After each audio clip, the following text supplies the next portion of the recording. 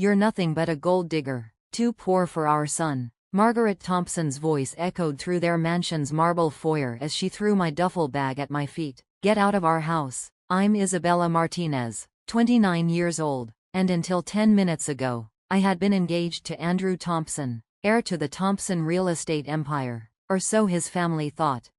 Mother, please, Andrew pleaded weakly, standing at the top of the grand staircase. This is unnecessary.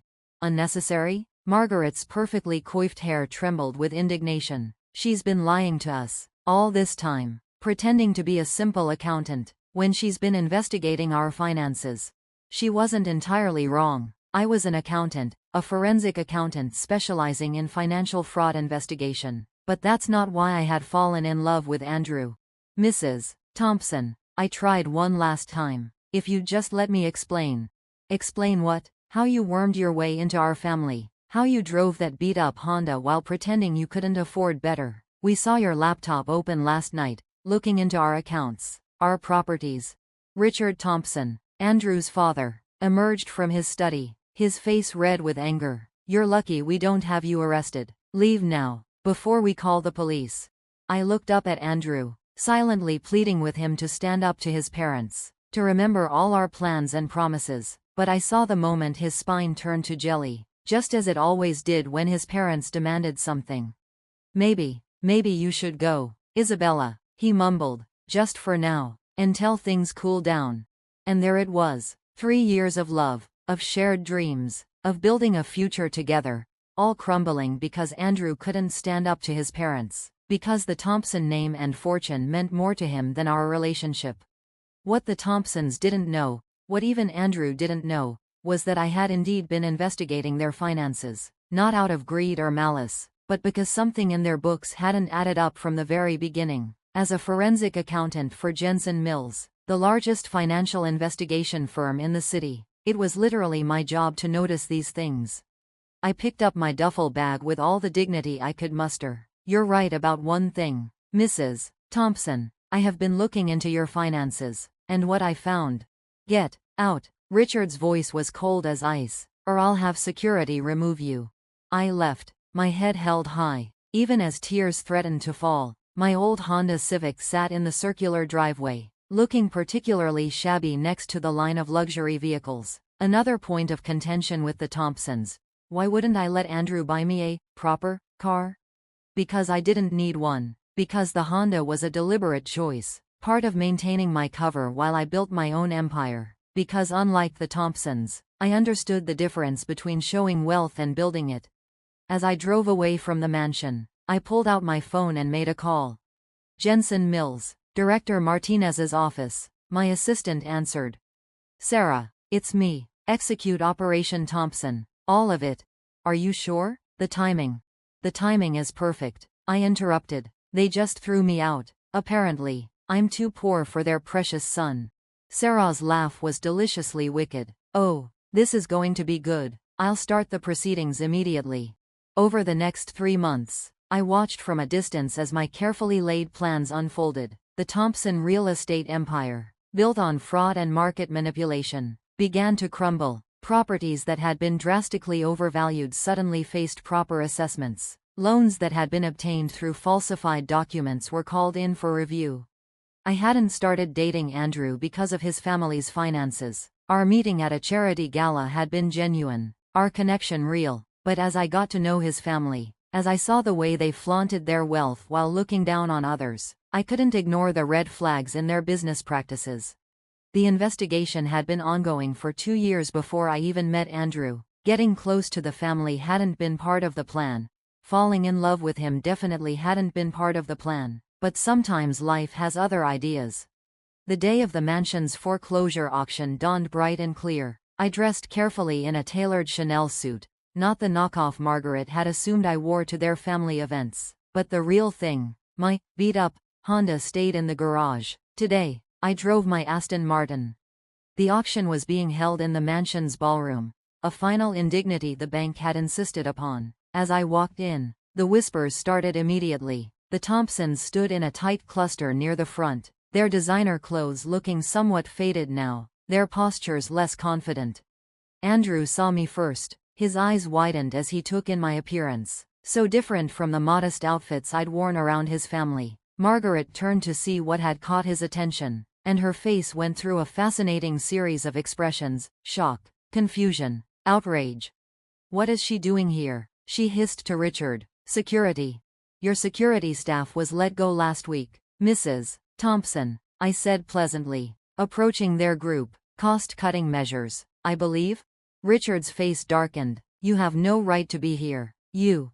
"Actually," I cut him off, "I have every right. Jensen Mills has a vested interest in this auction. Or didn't you read the full investigation report?" Margaret's perfectly painted lips trembled. "Jensen Mills? The financial investigation firm?" "Exactly," I smiled, pulling out my business card. "Isabella Martinez, Director of Forensic Accounting and lead investigator, though you might know me better as the gold digger who drove a Honda." Andrew stepped forward, his face pale. "Isabella, what? I don't understand."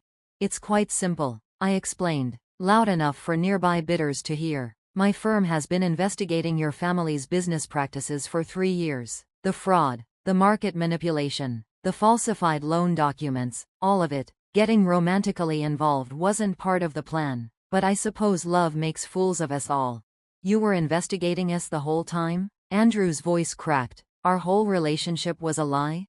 "No," I said softly. "The relationship was real. I loved you, Andrew. I still do, but I also love justice. And what your family has been doing, it had to stop." "Ladies and gentlemen," the auctioneer called out, "we're ready to begin. The opening bid for the Thompson estate is set at $8 million. A murmur ran through the crowd. Even in foreclosure, the mansion's price was steep. $8 million, I called out clearly. Margaret made a choking sound. Richard grabbed Andrew's arm for support. 8.5, called another bidder. 9 million, I countered. The bidding continued, but I could tell the other bidders were getting nervous. They knew who I was now, knew what my presence meant. No one wanted to buy property tied to a fraud investigation. 12 million, I said finally. The room fell silent. 12 million going once, twice, sold to Ms. Martinez of Jensen Mills. I approached the auctioneer's table to handle the paperwork, very aware of the Thompsons' eyes on me, as I wrote the check, from my personal account, not the firm's. I heard Margaret's stage whisper. "Where did she get that kind of money? It must be stolen. Or, actually, Mrs. Thompson," I turned to face them. "Unlike your family's wealth, mine was earned legally. That simple accountant job you so despised? I'm one of the youngest directors at Jensen Mills. I drive a Honda because I choose to, not because I have to. And I just bought your house because someone needs to restore some dignity to it." You planned this," Richard accused. "You seduced Andrew to get close to us."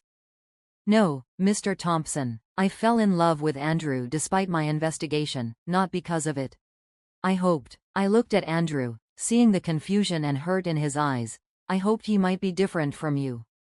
That he might have the courage to stand up for what's right. "I didn't know," Andrew whispered. "About any of it. The fraud, your job, any of it. You never asked," I pointed out gently. "You were too busy apologizing for my Honda and my off-the-rack clothes to actually ask what I did with my money. Too busy letting your parents dictate our relationship to actually get to know me." The auctioneer handed me the deed and keys. I turned to the Thompsons one last time. "You have 48 hours to remove your belongings. After that, the renovation crew arrives." I paused. "Oh, and Andrew? That engagement ring your mother insisted was a family heirloom? The one she said I wasn't worthy of? I had it appraised. It's a very good replica, but definitely not the original Victorian piece she claimed. I suppose we all have our secrets." With that, I walked out of the ballroom, my heels clicking on the marble floor that now belonged to me. Outside, Sarah was waiting with a team of security professionals. "Everything go according to plan?" she asked. "Better," I replied, "though I think we'll need to sage the place before the renovations start. Clear out all that bad energy." The next few weeks were a blur of activity. The Thompsons moved out, taking only what they could prove they had purchased legitimately. The investigation had revealed that many of their possessions had been bought with fraudulently obtained funds. I threw myself into renovating the mansion, transforming it from a monument to excess into something more meaningful. The ballroom became a community space for financial literacy workshops. The pool house was converted into a small business incubator. Andrew tried to contact me several times, but I had said everything I needed to say. His inability to stand up to his parents, to think for himself, had shown me that our relationship had been built on as shaky a foundation as his family's fortune. 6 months after the auction, I hosted an open house. The mansion had been completely transformed, its grounds opened up for community events. Local news covered the story, not just the fall of the Thompson Empire, but the rise of something new in its place. Margaret and Richard had moved to Florida, living in a modest condo purchased with what little they had managed to salvage from their fortune. Andrew, I heard, had taken a job with a small real estate firm, starting over from the ground up. As I stood in what had once been their foyer, now a welcoming space filled with local art and comfortable seating, Sarah approached with a strange expression. "You have a visitor," she said. "In the garden." I found Andrew sitting on a bench near the rose bushes his mother had once prized so highly. He looked different, humbler, somehow. "The place looks amazing," he said as I approached. "Nothing like what it was before." "That was the point," I replied, sitting beside him. "Your parents built this place to show off their wealth. I wanted to build something that could help others create their own. I've been doing a lot of thinking," he said quietly. "About everything. The fraud, my parents, us. I'm sorry, Isabella, I should have stood up to them. Should have asked more questions, paid more attention. Yes, you should have. I understand now why you drove that Honda, why you lived so modestly despite your success. It was never about the money for you." "No," I agreed, "it wasn't. It was about integrity, about building something meaningful. Your parents never understood that.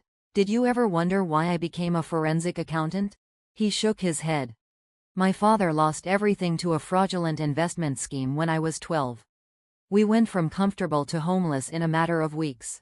I swore I would spend my life preventing that from happening to others." I looked at him directly.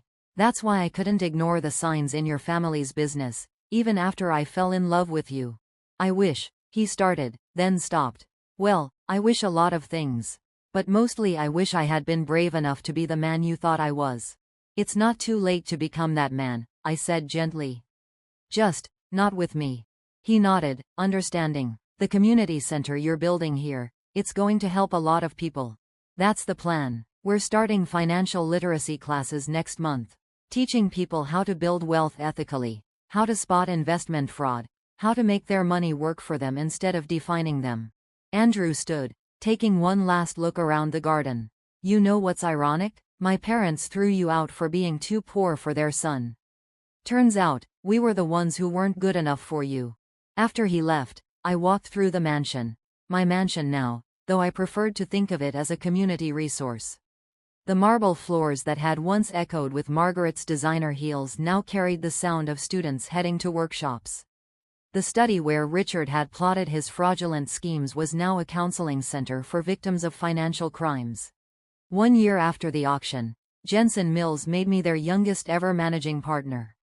The Thompson case had become a textbook example of forensic accounting success, studied by universities and law enforcement agencies. The Honda? I still drive it sometimes, usually when I'm meeting new clients. It's a good reminder that true wealth isn't about what you display, it's about what you build, what you contribute, what you leave behind. Margaret still sends the occasional email, usually after she's had too much wine. Sometimes she apologizes, sometimes she rages about how I destroyed her family. I don't respond. The truth is, they destroyed themselves long before I came along. I just exposed what was already there.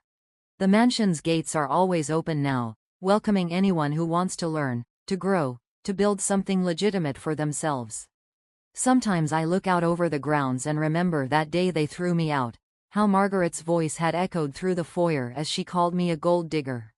She had it backwards, of course. I never wanted their gold.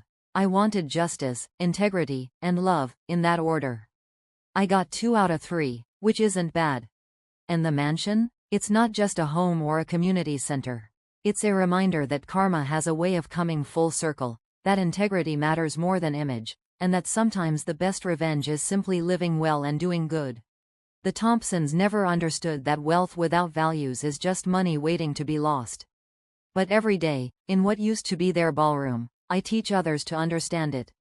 And that's worth more than any mansion. Because at the end of the day, it's not about being rich or poor. It's about being right, being fair, and being strong enough to stand up for what you believe in. Even if you have to do it from behind the wheel of a Honda.